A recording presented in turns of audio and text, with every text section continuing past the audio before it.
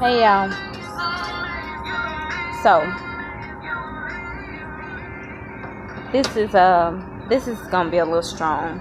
I don't know what is it that I post that's not strong, but I'm sitting here. I'm working on the new release coming out called Sexually Wise. It's a book for young men, even probably older men too, and it's a study of the Proverbs and the different warnings that are given to young men to keep them from falling prey to the seducing spirits, the strange woman.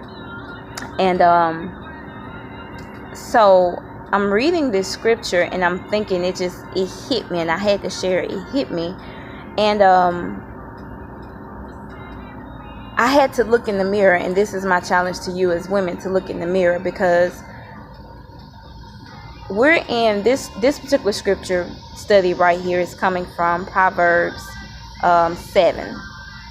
And so I'm breaking down basically the trap.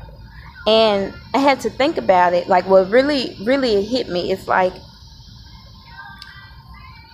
verse 26, chapter 7, verse 26. It says, "For she hath cast down many wounded, yea, many strong men have been slain by her." And I'm going to read you a portion of the breakdown that I wrote in response to that.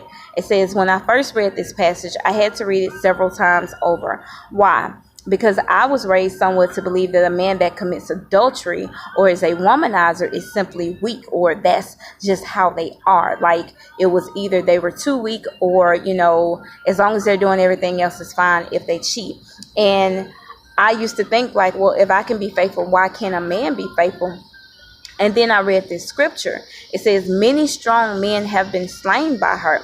This insinuates to me that no matter what character a man has, if he places himself in the position, the spirit of seduction is strong enough to bring him down. And it hit me. It hit me when I wrote that. It said the spirit of seduction is strong enough to bring him down. Her house is the way to hell, going down to the chambers. And I thought about, even myself, I've said this, dealing with, soul ties of men and different things like that, old past relationships. Well, he may be over there, but, he can't leave me alone. Or, even though, he's doing that, he can't leave me alone. And I just had to go, okay, that was obviously not the right spirit. And, the old song, you may have had him once, but I got him all the time. And, as long as he, we sing this foolishness, we glorify this foolishness. But let's really look at the deeper issue here. Maybe it's you operating under a seducing spirit.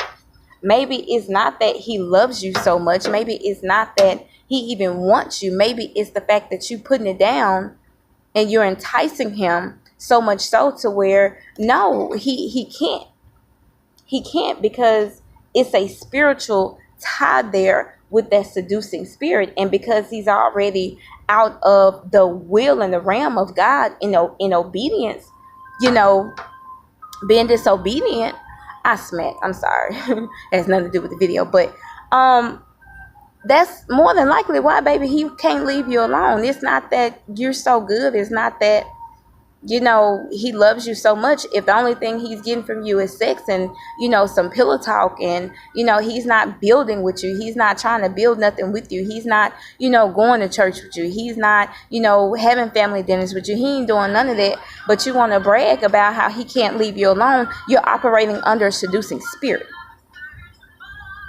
And that's dangerous, because you're tying this king up in your seduction, and you need to be free. And that's also somewhat like witchcraft, because you understand that he may be with someone else. You even understand that he doesn't want you, and you think that if you sex him good enough, then he'll stay around. But really, yeah, he may stay around, but he doesn't want you. And so his actions show you that he doesn't want you, but he keeps sleeping with you.